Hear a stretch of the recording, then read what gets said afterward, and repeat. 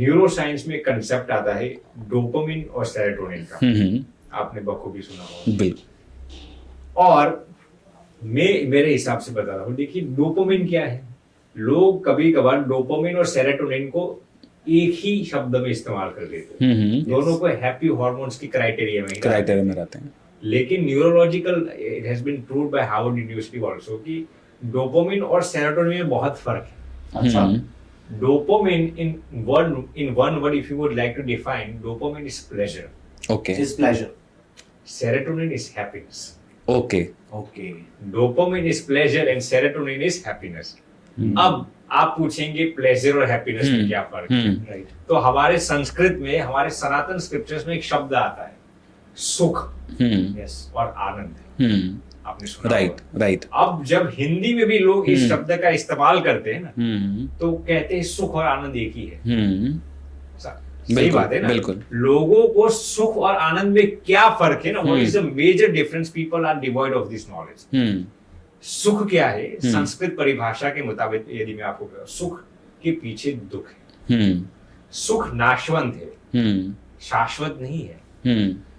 आप जब भी सुख की अनुभूति करते हैं ना, तो eventually you will have to experience दुख। जैसे कि जितने भी सुख है ना, उनका सोर्स कहां से है जानते हो? External source. Okay. Materialistic source है। जैसे कि किसी ने कुछ अच्छी चीज खा ली, तो उसको आनंद नहीं मिलेगा, उसको सुख मिलेगा, जिसको हम इंग्लिश में प्लेजर कहते हैं। किसी ने अच्छा कुछ खा लिया, पी लिया, कुछ अच्छा घूमने के लिए गया, कोई सेक्सुअल अट्रैक्शन था, कुछ भी XYZ, आप कोई भी सुख को उठा लीजिए, सांसारिक चीजों में से, मटेरियलिस्टिक चीज, आपको जो कुछ भी अनुभूति होती है ना, वो सुख होता है, वो प्लेजर होता है। And that is serotonin. And that is dopamine. That is dopamine. Yes. जी, अब मैं आपको समझाता हूँ। आनंद क्या है? आनंद शाश्वत है, इट इज परपेचुअल।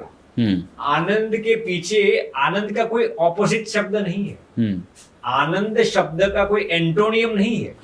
जैसे सुख का दुख है ना, दिन का रात है, राग का क्या है? द्वेष है।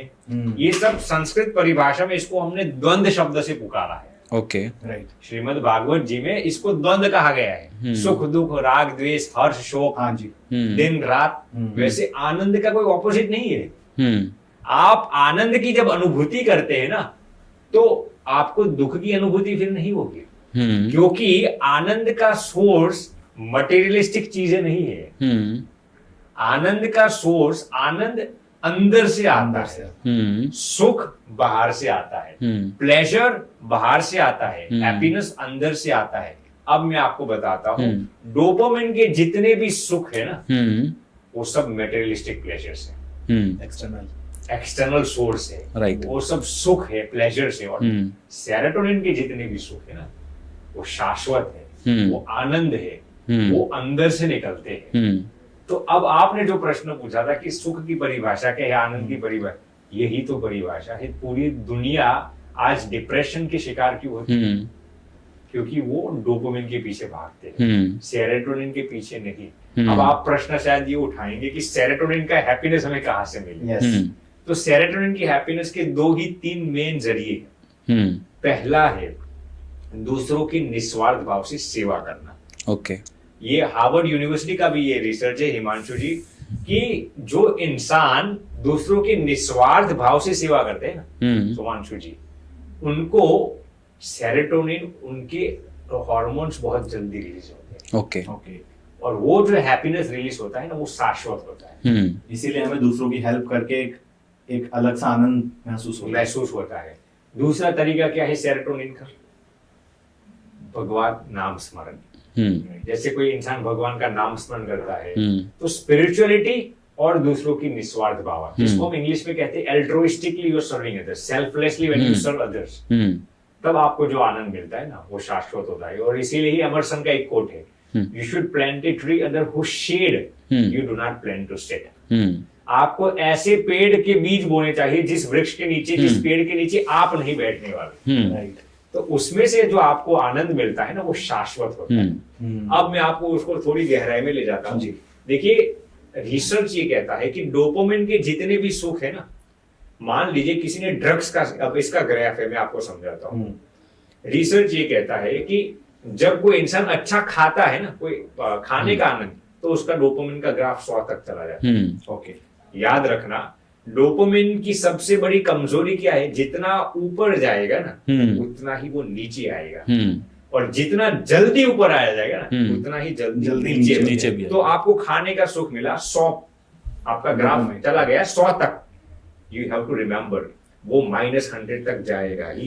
यानी कि इतनी दुख की अनुभूति आपको आगे या पीछे होगी ही। किसी ने शराब ले लिया, ड्रग्स ले लिया, अब शराब पीने से किसी का डोपामिन चला जाता है 200, ड्रग्स लेने से कभी कभार 2000 तक चला जाता है। याद रखना, इतना ही -2000 दुख की अनुभूति होगी आपको। जब इंसान का पहला प्यार होता है ना, रिसर्च ये कहता है उसका डोपामिन 1500 तक स्पाइक हो जाता है। जब ब्रेकअप होता है तो -1500 तक चला जाता है। राइट। जब इंसान, अब इसके एक एक क्रम से मैं आपको बताता हूं, हमारे शास्त्रों और न्यूरोसाइंस को कंबाइन करके मैं आपको बताता हूं। देखिए, शास्त्रों में क्या कहा गया है? आसक्ति और अहंकार ये सबसे बड़ी माया है। अहंकार मानी मैंने ये काम किया, मैं सबसे श्रेष्ठ हूं, ये अहंकार है। आसक्ति क्या? मटेरियलिस्टिक प्लेजर में से हम जो ढूंढते हैं, जिसको हम अटैचमेंट इंग्लिश में कहते हैं। सही बात है ना। अब न्यूरोलॉजिकल रिसर्च ये कहता है कि आसक्ति यानी कि अटैचमेंट से आपके डोपामिन ज्यादा से ज्यादा 2-3 हजार तक स्पाइक होते हैं। जब इंसान अहंकार में से जो सुख की अनुभूति करता है ना, जैसे कि ये काम मैंने किया, मेरी वजह से ये सब चल रहा है, तब आपके डोपामिन का ग्राफ कितना बड़ा चला जाता है? 5000 तक।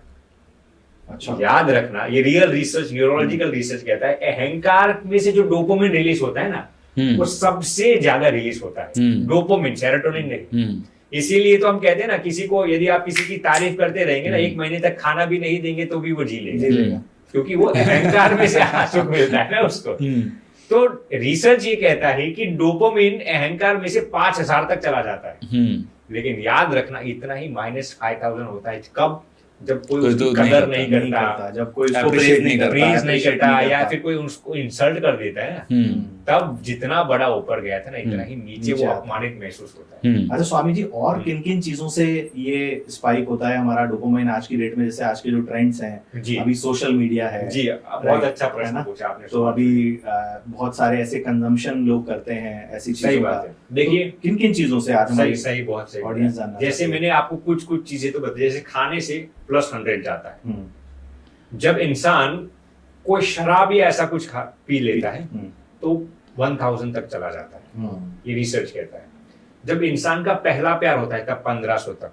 जब इंसान सोशल मीडिया रील्स देखने से जो आनंद उठाता है ना, वो रिसर्च ये कहता है कि वो ड्रग्स के बाद सबसे शॉर्ट टर्म प्लेजर है और सबसे हानिकारक वो भी होता है। तो जब इंसान रील्स देखता है ना, तब तकरीबन 1600 to 1700 तक उसका डोपामिन का ग्राफ इंस्टेंटेनियसली स्पाइक हो जाता है।